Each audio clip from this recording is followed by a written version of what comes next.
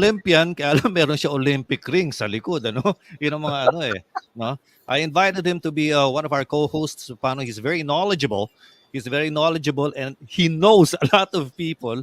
So siya yung go-to person ko pagdating sa mga ganyan eh. Mr. Boyet Sison! Morning! Good morning, everybody. Good morning. Good morning, George. Good morning, Ted. Good morning, Bob. And to all our co-attendees here. Magandang umaga po at napakapalad ko po na makadaupang palad muli ang aking mga idol na sila George, si Ted at si Bob.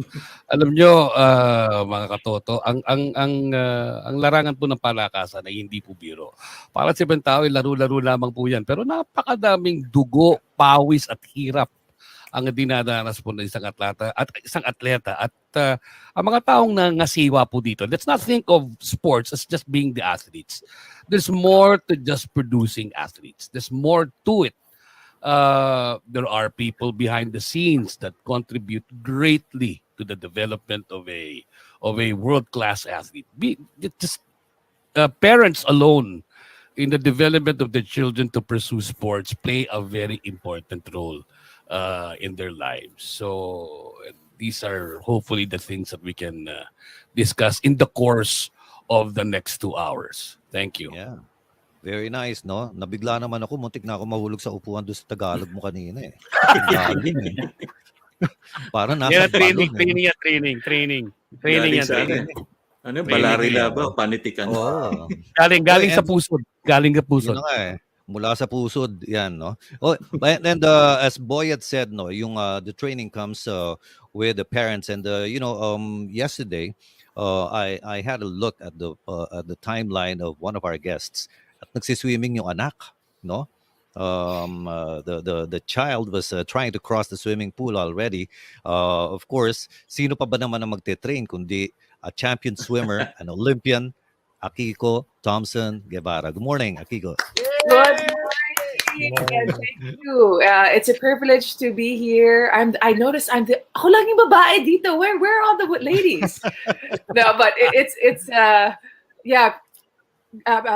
privilege to be here. Who you saw was my daughter, my youngest daughter, who's 5 years old. She has special needs, but of course it doesn't matter. All my children, requirement yon. They have to know. They don't have to be good, but they have to know what to do in the water. So, lahat sila marunong lumangoy. Very nice. No, and we'll learn more from you later. No, Akiko, thank you for joining us. Hey, by the way, Chi Kosai, one of the best computer programmers in the industry, said, "Kudos, Sir George. Awesome program. Miss nakita, Chi.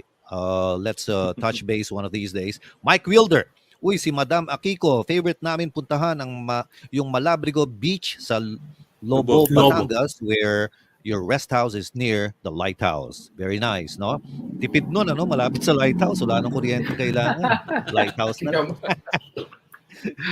Okay, another one, no? Ito, nasa quarantine pa yata, no? Kapapanood ko pa lang sa kanya last week. Oo, no? Siya yung umaawat kila Janice at saka kila Kevin Durant. No? Grabe to. An international basketball referee, Sir Bong Pascual. Good morning, sir.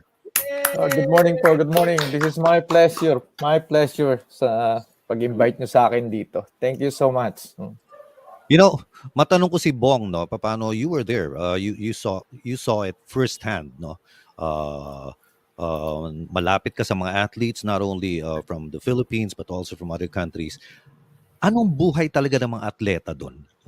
Ano yung obserbasyon mo at anong kinaiba ng mga Filipino athletes in terms of support or whatever doon sa ibang mga athletes ng ibang countries?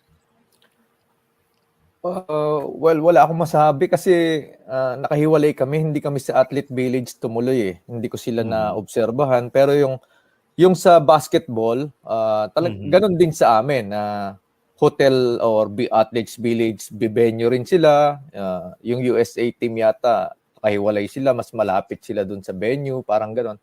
Yung women's team yata nila ang nag-athlete village. Pero yung men's basketball team nila, yun yung nakahiwalay yata ang ano nila, ang billeting nila. Kaya hindi ko Ayun. masyadong naobserbahan yung mga atleta.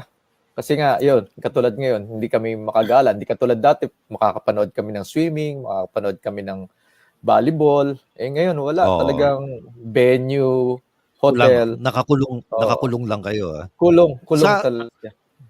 doon sa mga na-referee mo ng basketball, ano yung mga most memorable teams para sa iyo?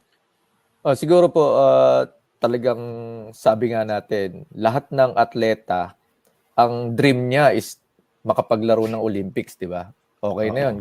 Gold medalist ka na nun eh. Ganon din kasi ang referee eh. Ang dream din niya, makapag-referee ka rin sa Olympics.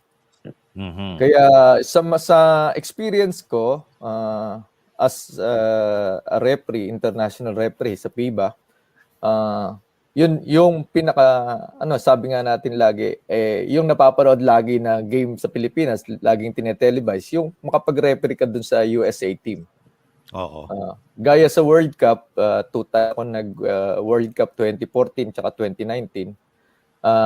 Yun yung laging natatapat ako sa team ng USA. Kasi walang women's team yun. Di katulad sa Olympics, meron siya. May women's. Kaya sa women's, nakakapag-referee ako ng Olympics. Pero yung sa Team USA, pag Olympics, hindi pa ako natapat eh. Itong latest, ito yung Slovenia, yun. Natapat ako kay Luka. Slovenia siya. Ano yun? May mga ere ba yung mga yan? May mga ere o normal parang Pilipinong player din? Parang si Luka, iba ano niya eh. Kasi nung wala pa siya sa NBA, talagang ganun na yung ugali niya. Talagang mahilig siya magsalita, magreklamo, bata pa siya kasi sa Eurobasket na refereehan ko na siya 2017. Ganun na talaga siya. Pero Bong, ano ba 'yan? Magreklamo, English din ba o local dialect niya? Nag-i-English sila tapos maglo-local dialect, kaso hindi mo naman pwedeng basta-basta technically niya kasi hindi mo nga naintindihan yung sinabi. Kung sinabi gwapo ka. Totoo naman. Tapos totoo Akiko naman. was going to comment that meron sasabihin si Akiko yata. No, Bong, I'm just curious. What skill set, qualities do you need to succeed, to be a good referee? International basketball referee pa, no? Yun po, yung siyempre, bago, para maging FIBA referee ka, kailangan member ka ng National Federation, which is ngayon yung SBP, yung Samahang Basketball ng Pilipinas. Dapat, dadaan ka sa mga program. Dati, kailangan makapag-referee ka ng NCAA, UAAP, yung mga finals niyan, yung mga NCRAA, lahat bago ka ma-qualified as candidate to be a FIBA referee. Ganun po yung programa dati. One trivia about somebody like Bong is, remember, Bong officiates in the professional ranks and in the amateur ranks. So minsan marami nagtatanong, paano mo hinihiwalay yung the expertise in remembering the rules of both an amateur game and a professional game? Kasi may refereeing nalilito na eh. I mean, windang na. Di ba? Kasi ang daming variations. Di ba?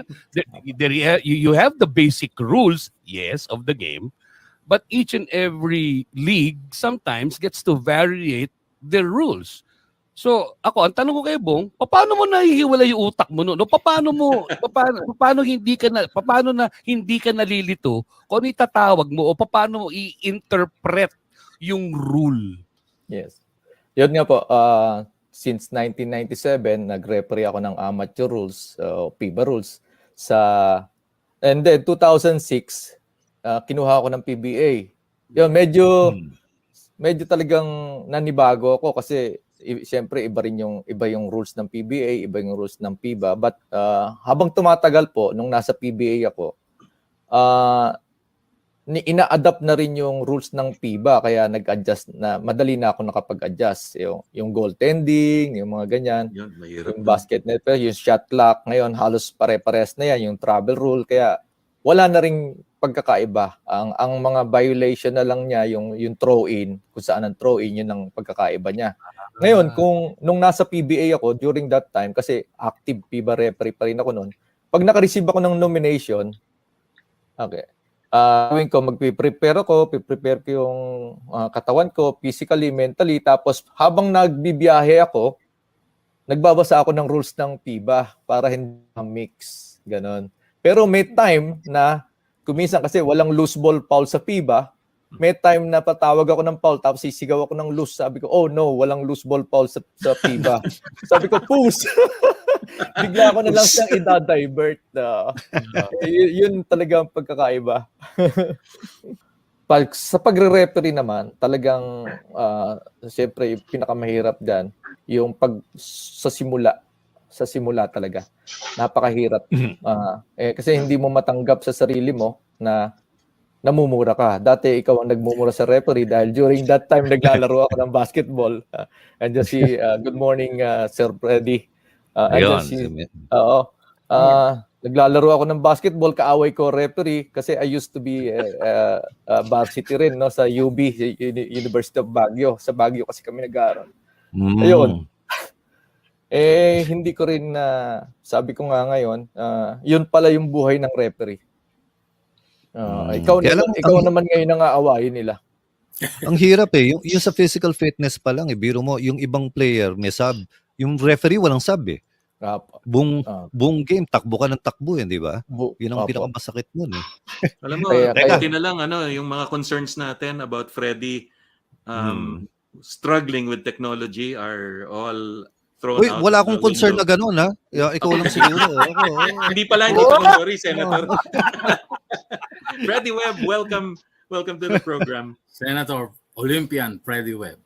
Yeah. Freddie was in the 1972 Olympics sa Munich. Akiko was in 3 Olympics, di ba? If I'm not mistaken.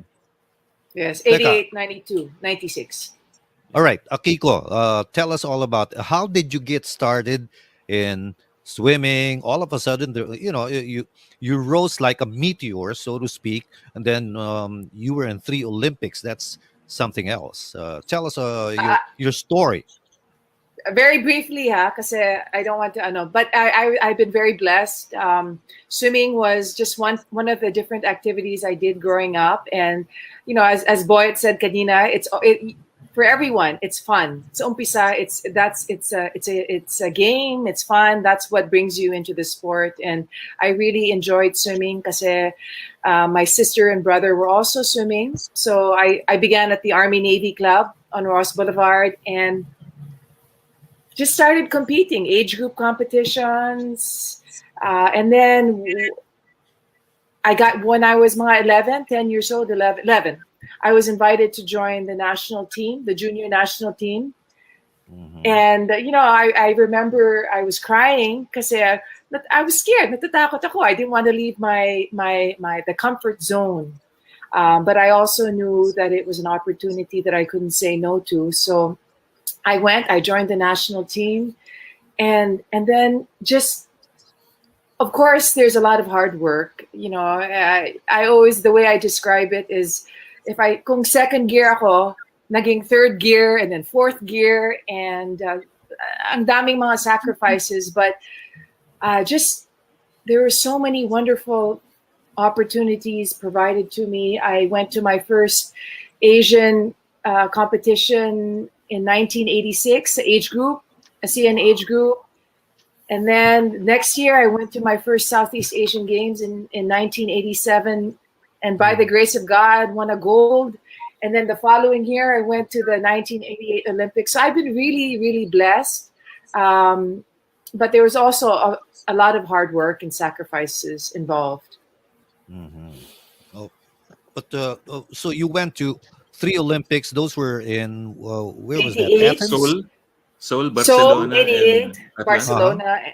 Yes, Atlanta. Tama. I see. Interesting, huh? One of the iba-iba yung nakatapat niya, in fact, yung sa competition. At saka yung mga nakahalubilo niya, camaraderie and all from other countries. And you've witnessed generation shift also sa Olympics. And William was asking here, what do you think of the lack of international local competitive tournaments like tennis or swimming, for instance? No,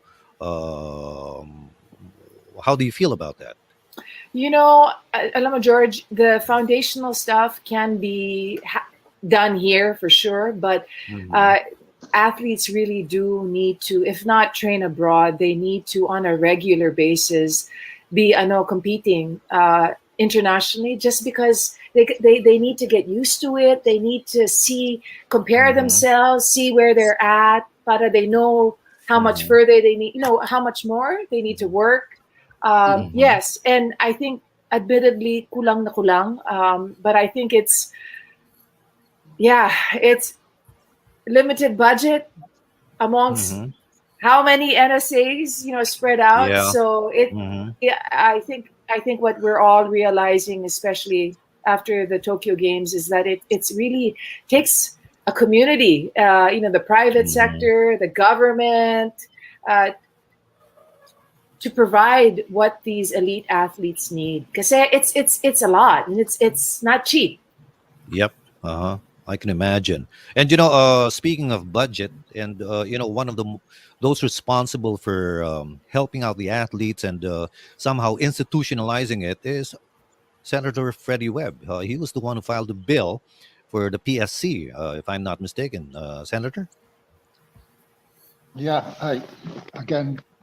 I changed sites because I was downstairs, and it teaches us a lesson, no? Never go down, always go up. Bumaba ako, nawala ang internet, bumalik ako. My gosh. Ano ba yan? The question is, yes, I was the author of the Philippine Sports Commission in the House of Representatives, no? And the reason why we or I brought a bill that became a law, which is the Philippine Sports Commission, is to alisin yung politics in sports, di ba? But even if it is written there,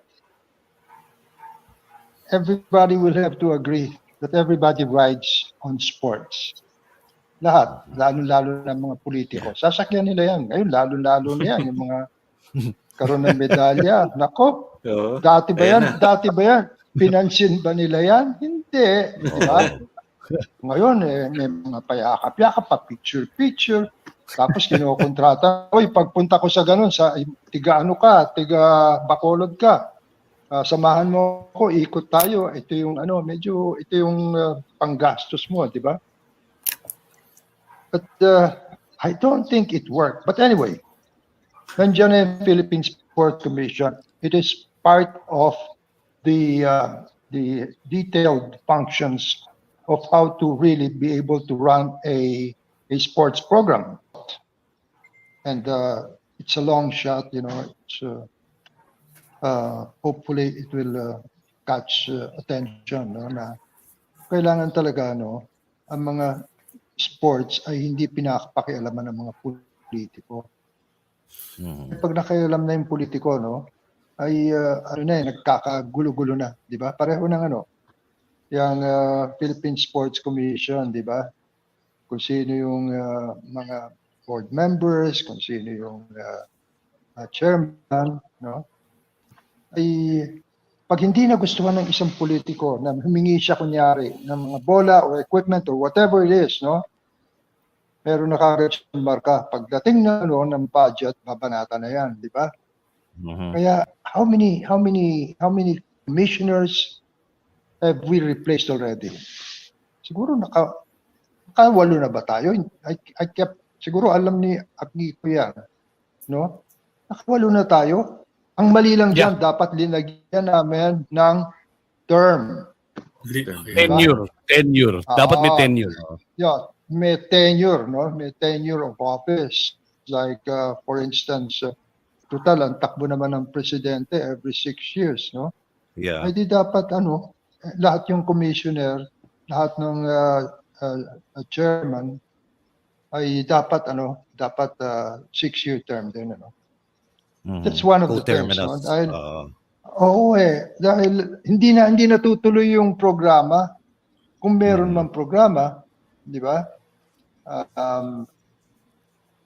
Well, those are some of the things. No? Pati yung pag-distribute ng pera, we wanted to make sure that they have the luxury of being able to ask other entities to help. No? Kasi the government will never be able to supply the money needs. Hindi ubra talaga. No? Now, kung ako naman ang yung kumpanya, ang tinitignan ko naman is what is it for me? No? Kung hindi naman malalaman na ako'y tumulong, isa. Kung hindi naman malalaman na wala naman nanonood dyan sa sports na yan, di ba? Hindi na sila papasok. Kaya nakasiksik lahat sa basketball. I'm a basketball player, but you know, I'm being honest. Basketball is way ahead of the other sports competitions, no? Pareho nung kay Akiko, swimming, no? Yung bang meron pa mga tubig ang mga swimming pool natin, Akiko? Ikaw naman, of course. Figurative. Madalas naman umulan ngayon, sir.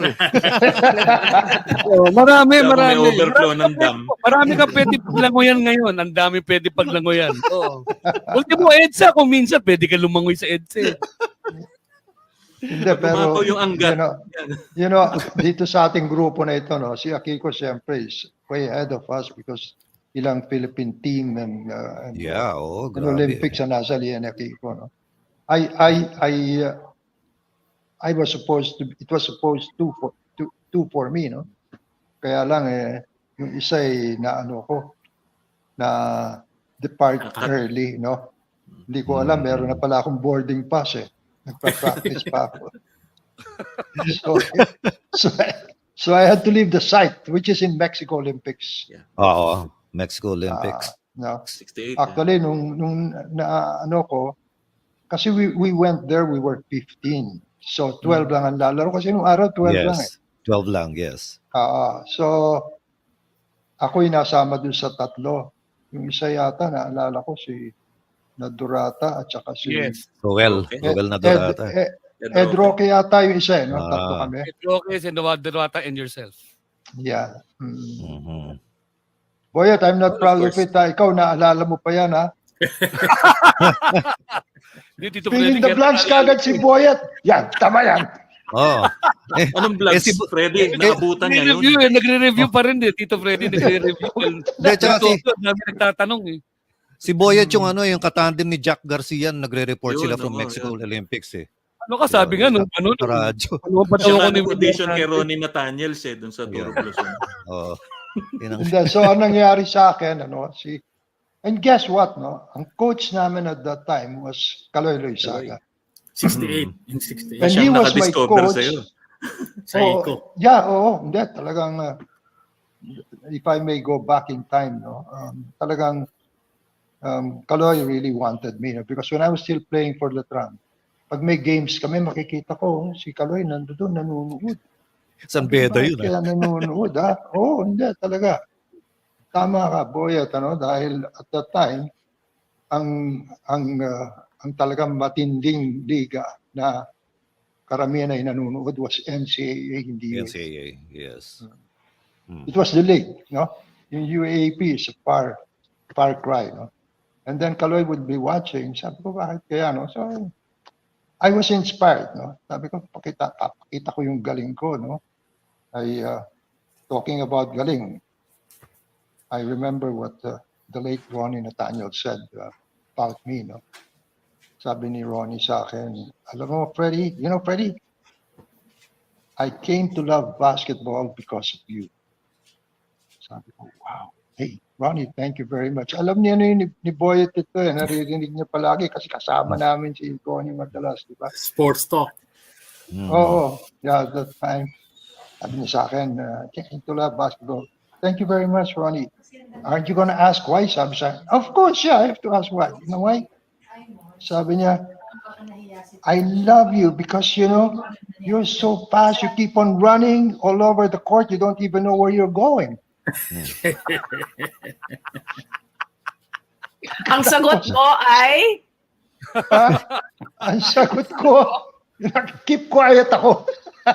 Nagulat ako. Pero hindi siya tumigil doon, ha. Na, alam niya, medyo nagalit ako. Another thing nga pala, no? You are so in Tagalog, ano? I lost the English word, no? Basang-basa daw niya ako, no? What is the word in English? Predictable. Thank you very much, gentlemen. You're so predictable. Ha? Sabi ko kay Ronnie, why am I predictable?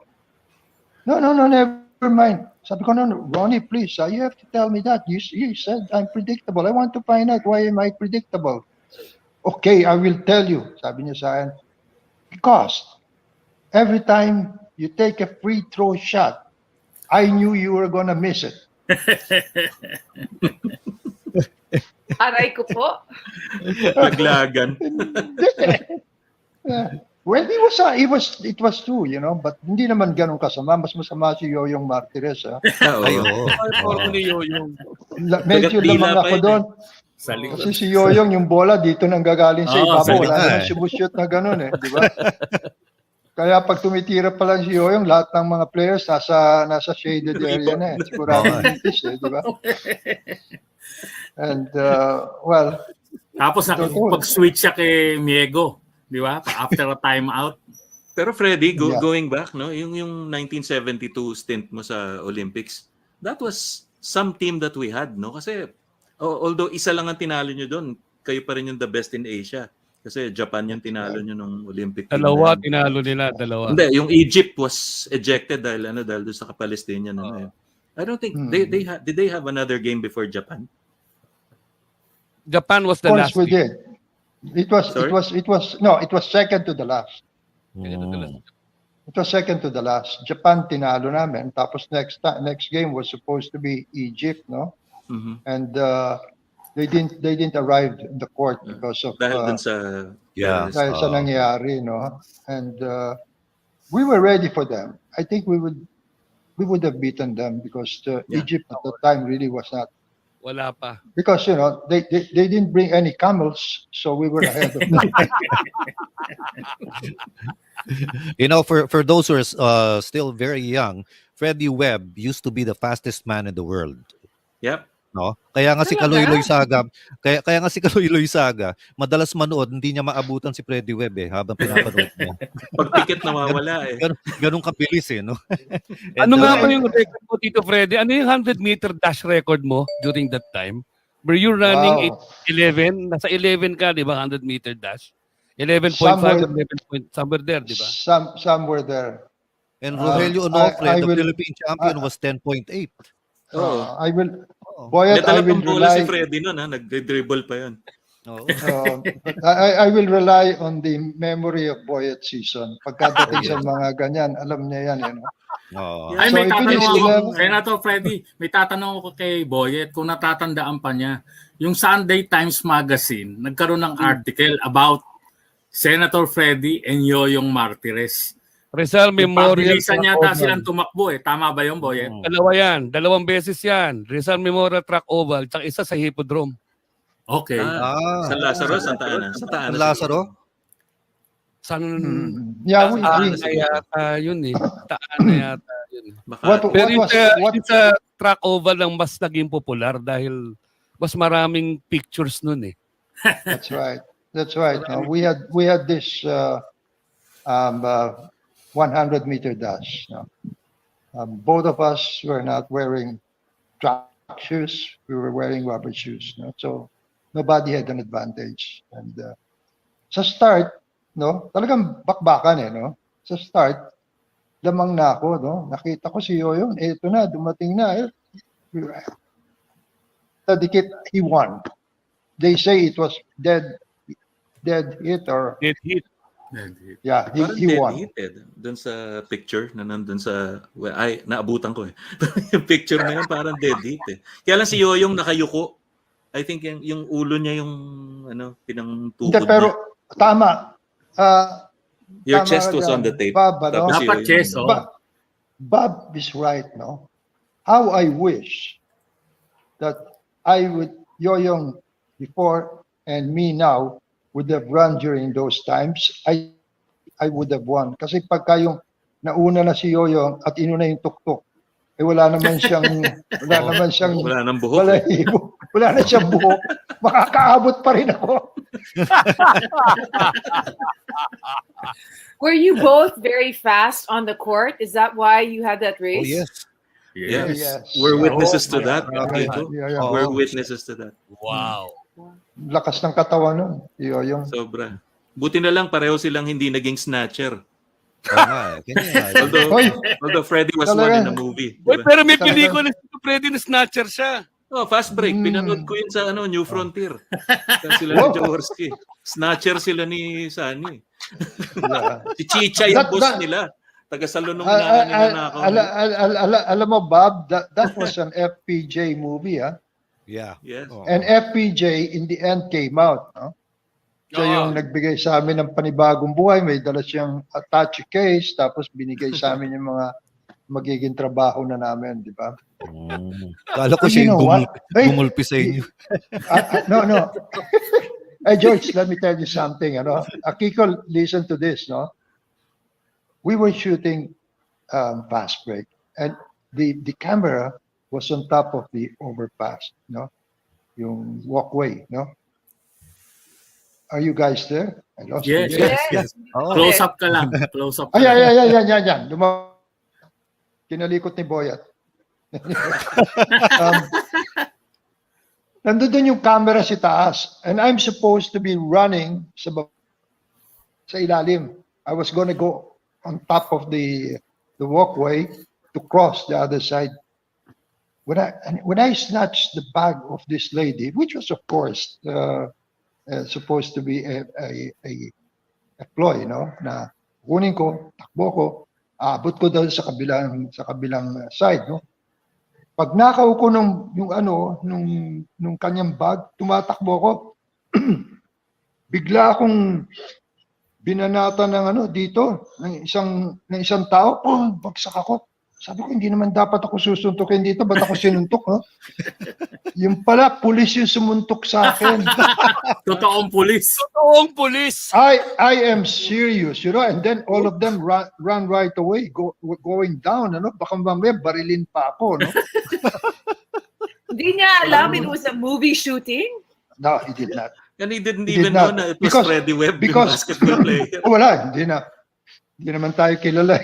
Hindi, kilala kami kaya nga may pelikula. Hindi siya naka-uniforme ng Iko kasi. Hindi siya naka-uniforme. Isip ko baka fan ng Chris pa. Saka hindi siya naka-elpo noon, na-rubber shoes. Yeah, hindi siya naka-elpo. Knock out ako talaga, oh. We have to stay for another hour just to make sure I'm fine again, no? Sabi ko na, dapat na ba naglagay sila ng mga tao doon, di ba? Yes. Pantay na, shooting ito, no? Kasi pag sinabihan mo naman yung mga tao, lahat yung titingin kung nasan yung camera, lahat sila nakatingin sa camera, kumakaway na gano'n. Those were the days, gentlemen. Boyet, alam mo ba ang isang pagkakaiba ni na Yoyo at si Senator Freddie? Bukod sa mas gwapo si Senator Freddie, naging senador. Si Yoyong hanggang vice mayor lang ng Pasig, di ba? Naging komedyante. Oo. At saka advantage pa niyang comedy isa. actor. Si Yoyong was a comedian. Nag-RP youth si Yoyong Martires, 1970 ba? 70. Tama ba? Yung first First kasama niya sina Hogs. Oo. Pero alam mo, Teddy, no? Yes. Ako, I salute Yoyong because I think he is a straight guy as far as working as a political man is concerned, no? Dahil siya, talagang Yoyong is something that you have to admire because dami niyang pinagdaanan, di ba? Yes. Nawala na siya doon, eh. Tapos nawala na siya sa politics, no? Tapos kami bumalik ulit siya. Tapos naging vice mayor siya. At the time that he was going to be vice mayor, the next day or whatever, di ba? Nag-aano na siya, nag-iinsayo na siya. May dala pa siyang governor. Pumupok siya ng ganyan. Nagtitaping kami. Back. Tapos sabi niya ganyan. Ladies and gentlemen, ako po ang inyong vice mayor. Siya nagko-convene kasi ng council. council. Nag-iinsayo na siya. Ng council. Yeah. Pero Tito Freddy, matanong kita, and for the benefit sa mga nanonood. Sabi mo nga, you were cut in 68. No, you were cut from the team in 68. But 72 gave you that opportunity to really play on the court. What were the most memorable off-court memories that you have about Munich? Well, it's apart from syempre, yung nagkaroon ng murder ng mga Israeli athletes in the village. What were your off-court memories of Munich? Yung mga kwentong nakakatawa. Marami. Naku. Pero karamihan ng mga ikwekwento ko, patay na no? Pero sige lang, Hindi na makakabawi yun. Ayos na yun. Pwede mo nang laglag. Natatawa si Akiko. Sabi ni Akiko, ano ba ito mga ito? Palibasa, bata pa siya, no? Yes, that's why I'm just listening. There's so much I don't know. I'm listening. Hindi kami maka-get over. Baka you know, guys, before we go to that Munich, let me go back to the 1968 Mexico Olympics where I got cut off. It was a learning process. It hurt. Napakasakit, di ba? Dahil para ba nakakahiya, napauwi ka, ganyan, di ba? But I tell you what, it is important that you realize the value of standing up. Doon ako nahulog, pero doon din naman ako tumayo, di ba? Talagang sinabi ko sa sarili ko, next Olympics, I'm gonna make sure that I make that team. So throughout those 4 years, every time I would sleep, I remember this, This is only some of the few memories that I have as of now because guys, come on, don't allow me. May bayad ba ito? Di ba libre lang ito? Hindi kasi pahihirapan pa niyo ako. Babalikin pa niyo ako 50 years ago when I can't even remember what I did like 1 month ago, 2 months ago, 1 year ago. It took 50 years ago, but it was so vivid with me that when I didn't make that team, it hurt and I was even ashamed for my family because at that time I already had around 3 or 4 kids already, 6 to 8, and that is the reason why that Munich Olympics was so important to me compared to the other guys. Maybe they didn't feel the hurt because most of them were already they were already in the team, prior to that they were with the Mexico team. Now talking about Mexico, what are the things that I remember? Well, first of all, we love the food. Mexican food. Pagdating pa lang namin doon, no, not Mexican. I'm talking about the Munich, the German food. Munich. Munich, yeah. Munich na tayo. Pag namin, kain kami, Alam mo naman kami kung kumain ng Pinoy, di ba? Yung yung plato, gabundok, nahuhulog na, hindi na alam paano dadalhin, di ba? Kain na. Kasi dumating kami, mga alas 8, alas 9 na ng gabi sa village, Talagang gutom na kami. Hindi man lang kami pinakain ng sandwich ng mga opisyal namin. But none of us even talked about it. It's only now that I'm talking about it because I finally realized yung kakulangan nila, Anyway, outside of the uniform, outside of the money na binibigay, but I don't think that should worry or make complaints about it. So when we arrived, kain, talagang walang tigil. Kuminsan yung mga drinks, kuminsan ang tanga namin 2, tapos yung pagkain nasa tiyan, dala-dalang gano'n, Tapos kakain kami, Yan. Pagkatapos namin kumain, guess what?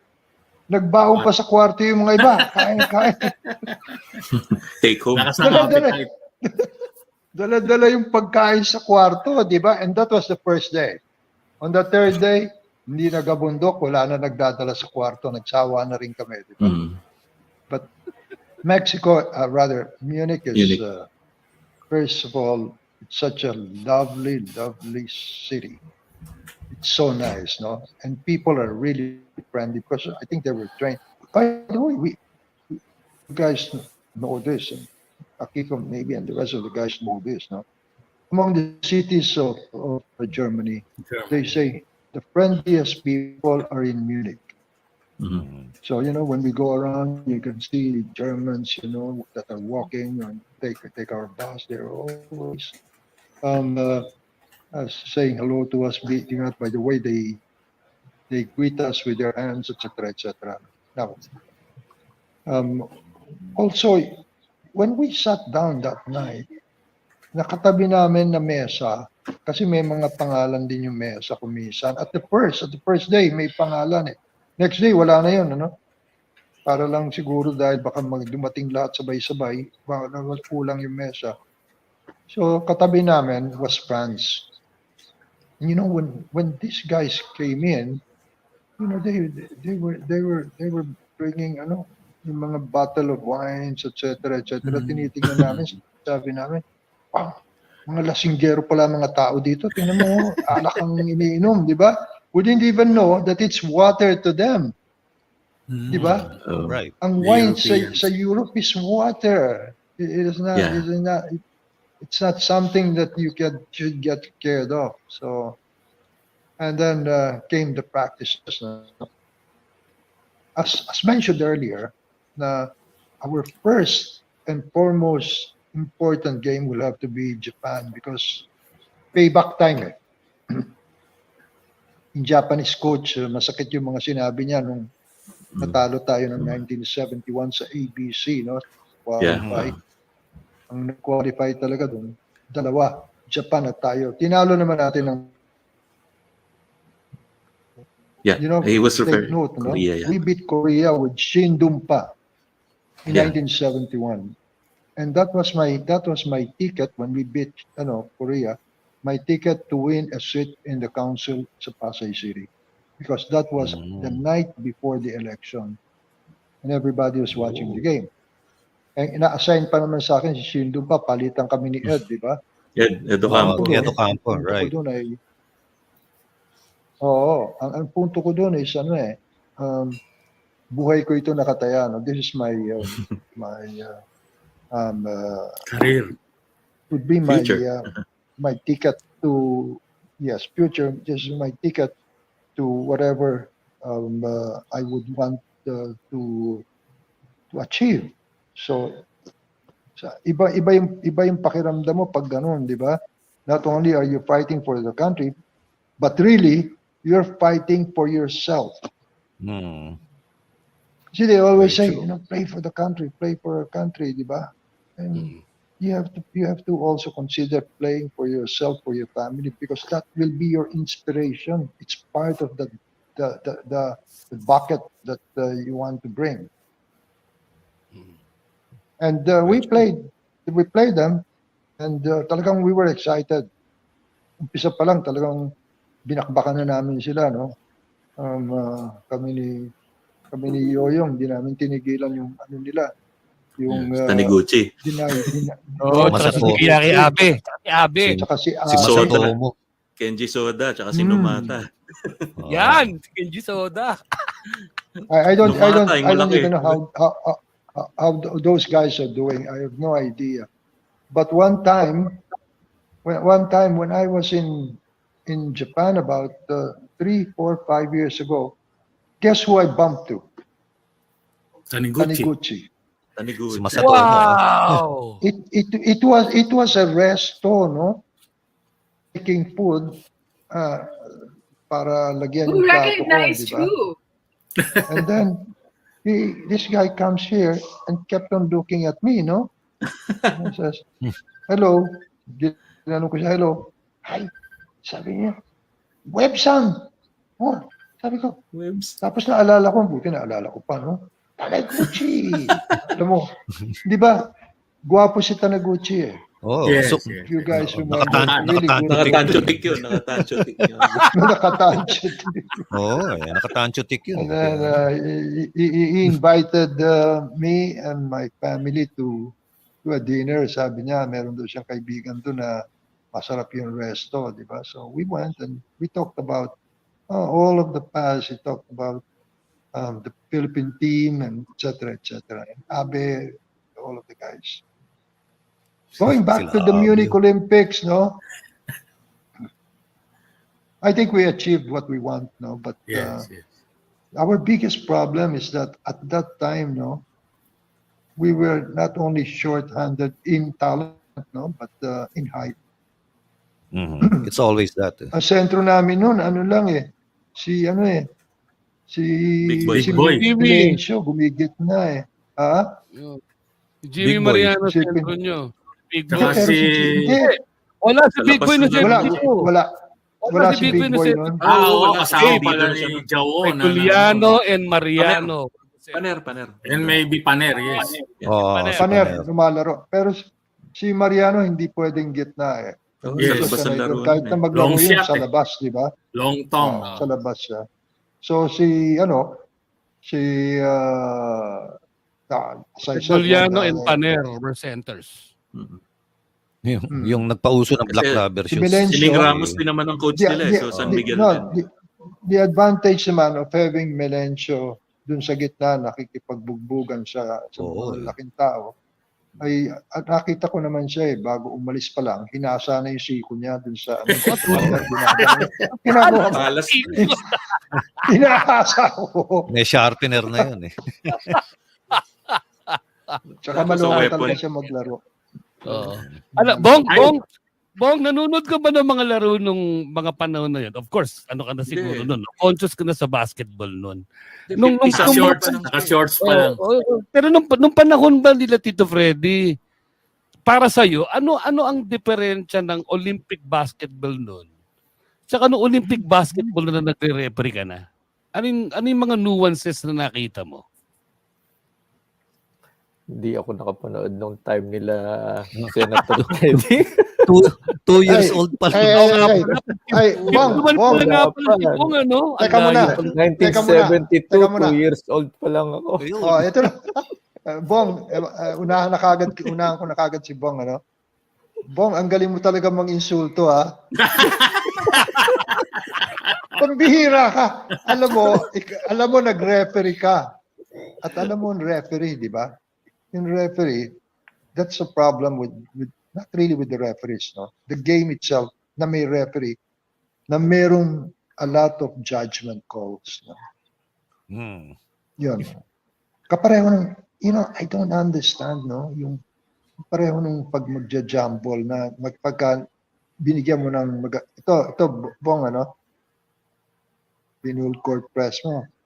Naipit mo na yung tao, ano ha? And all of a sudden, he's gonna call a timeout. What the heck is that? NBA. That's stupidity at its height. And I mean to say, PBA po yun. merong exit, may kumbaga sa teka muna, timeout muna tayo kasi maagaw Hindi ko na madala yung bola. Time first. Dapat Time first. pabayaan yun. Nung araw, Dati wala naman yung ganun eh. Di si ba? Freddie gagawa nun, ibabato niya yung bola sa paa mo, di ba? Oh. Professional rules po na yun eh. Sa NBA. Sa NBA yun eh. At saka NCAA sa States, ganun eh. Siguro po ang college masasabi ko yung difference ngayon, during yung katulad yung nag-start akong mag-referee, wala kaming review. Wala kaming pag tinawag mo Walang na video yun. review. After ng game mo, uwi ka lang. Okay na yun. So, ngayon hindi eh. After ng game mo, may post-game kayo, pakikita sa yung mga tawag mo mali. Tumatagal May yung evaluate trabaho. na nila. Aray. And then on the para sa future yun, sa susunod na game mo, para hindi na mangyari. Yun ang kaibahan po ngayon sa basketball talaga. Are there things that are similar in swimming, Akiko? That now, in this day and age, has technology already given that benefit of certain rules in swimming being changed from how it was before. Yeah, yeah. Because dati we had it was hand manual. The time the stopwatch was Manual. Yeah, hand, no, manual. Now Stopwatch. everything's touchpad, and there's so yeah, it's Computerized. everything. Even with fencing, with taekwondo, it's amazing. Everything comes out on the screen, kaagad. Which makes it easier, I think. Yep, right. Hey, by the way, Mia Concepcion, a very familiar name, says, good morning, Akiko. My cousins Lee and Guy were with her in Seoul. Right, Lee That's Concepcion, right? I right. remember. I remember those. Yes. Right. And then 1992 also. Si Gary Kuna Sabinosa, the purveyor of Tita Paring's Sumanlatik. My favorite! Ang tagal ng Yes. padala eh. Good morning, gentlemen. Senator Freddie Webb was always my idol, including my Kuna cousins, because pinsan ko si Freddie, si Gary, and my uncle sila Dading Kuna, sila Vicente Kuna, who were all players before. No, Yes. during his eco days, every time we formed the basketball team, nagja-jack and poy who gets to use number 14. Paano yun ang venerable number ng Freddie Webb, di ba? Yun yun. Wow naman. It's, Di ba? ang dami ko ng utang dito Pero dito, Freddy, tingnan mo na, matanong ko lang, dahil si Kaloy 14 din eh. Oo. Yes. 14 si Kaloy. At saka Si Yoyong. yung mga Tsaka si Yoyong. tsaka Paano napunta yung sa mga iyong kuna 14? San Beda yun, ha? Oo, Yes. correct. Tama si Boyet, 14 si Kaloy, no? And then, so when I entered Ico, I couldn't use 14 dahil suot ni Kaloy yun di ba? Tail end ng laro na ni Kaloy, nagpalit na siya ng number. Ginawa na Siya niya nagpalit. 41. Oo. Correct yung ulo dyan. Dahil sabi ko kay Kaloy, pag hindi ka nagpalit, aalis ko sa Ico. Yabang talaga. Kaya ka pala nalaglag ng Mexico. Akala mo kaya sabihin yun, tinanggal na nga niya ako Tapos sasabihin ko tinanggal. Here I am, no, nagdudunong-dunungan, but this is just a word or an advice as a father or lolo to people that want and have money right now. Take care of your money. Make sure you do. You have to think that how long will that money last with you? It depends on how you take care of it. Taking care of it means you know where to bring it, you know where to invest it, and you have to take care of it very, very, very well, because you might end up at the end of the line, then we will see you there, saying that you don't have money anymore. Diba? Very true. We love you guys. That's why we adore you, because you gave so much pride to our country, But we don't want to see you walking the street and without any money. Take care. Very nice. Thank you. By the way, Akiko, maybe one of these days, one of our episodes, we could invite the Philippine Olympians Association, some of the, di ba?